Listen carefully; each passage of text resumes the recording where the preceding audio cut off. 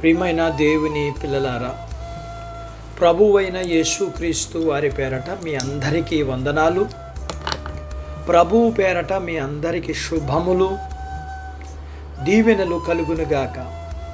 ఈ ఉదయకాలం పరిశుద్ధ గ్రంథము నుండి దేవుని వాక్యాన్ని చదువుకుందాం. రాజుల 2వ గ్రంథము 22వ అధ్యాయము 19వ వచనాన్ని చదువుకుందాం. ఇశ్రాయేలుల దేవుడైన యెహోవా సెలవిచ్చినదేమనగా, ఈ స్థలము పాడగుననియు దాని కాపరస్తులు దోషణ పాలగుదురనియు నేను చెప్పిన మాటలు నువ్వు ఆలకించి మెత్తని మనస్సు కలిగి యెహోవా సన్నిధిని దీనత్వము ధరించి నీ బట్టలు చింపుకొని నా సన్నిధిని కన్నీళ్లు రాల్చితివి గనుక నీవు చేయు మనవిని నేను అంగీకరించి ఉన్నాను. దేవుడు తన మాటలు మన కొరకు దీవించునుగాక. ఆమేన్. ప్రియమైన దేవుని పిల్లలారా, చాలామంది ఈ మాటలను లెక్క చేయకపోవడం వలన నశించిపోతున్నారు. దేవుని మాట విని వణికేవారు ధన్యులు. యోషియా అలాగే చేశాడు.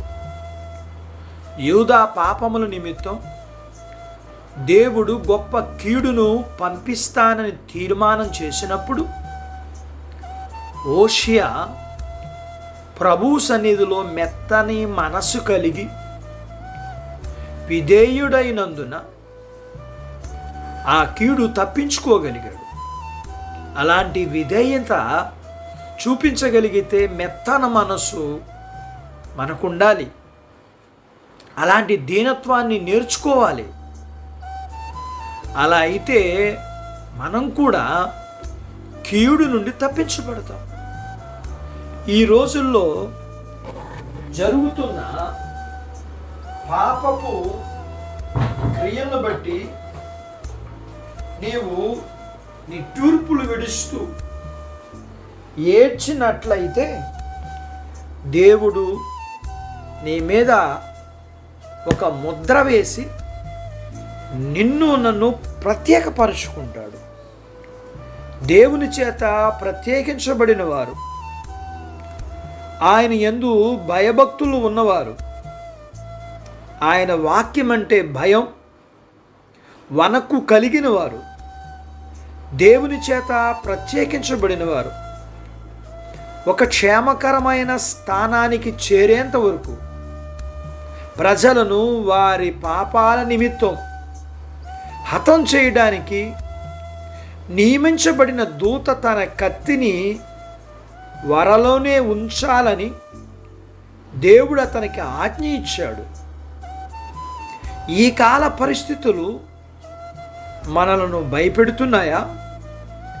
దేశంలో లంచగొండితనం, జారత్వం ప్రబలిపోతున్న కారణంగా కలుషితం అయిపోయిన సమాజం మీదకి జాతీయ విపత్తు వచ్చి పడుతుందేమనే భయం నీకుందా? అలా భయపడడం సహజమే.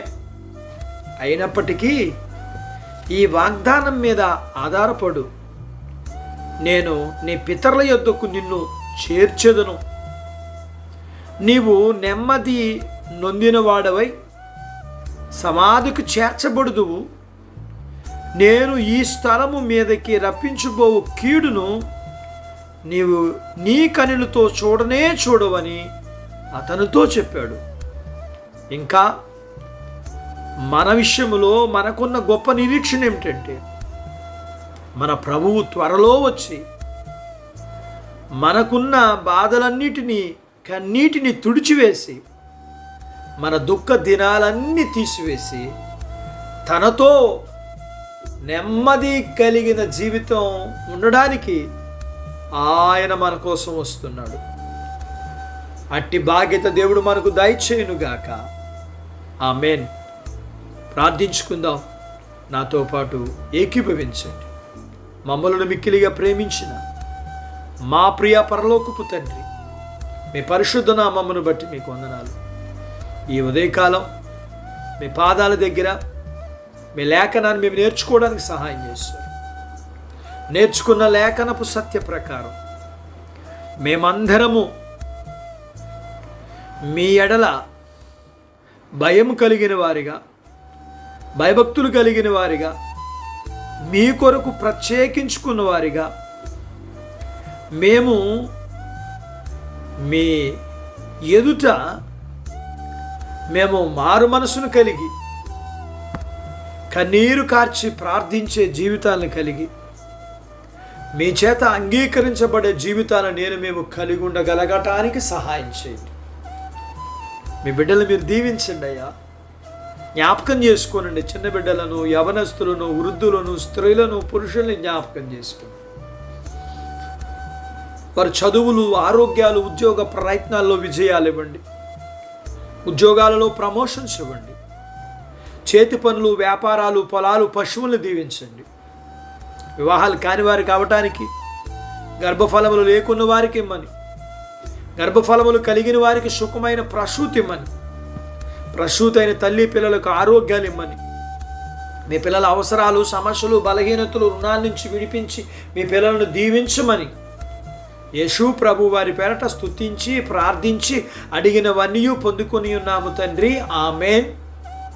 దేవుడు మిమ్మును దీవించునుగాక. ఆమేన్.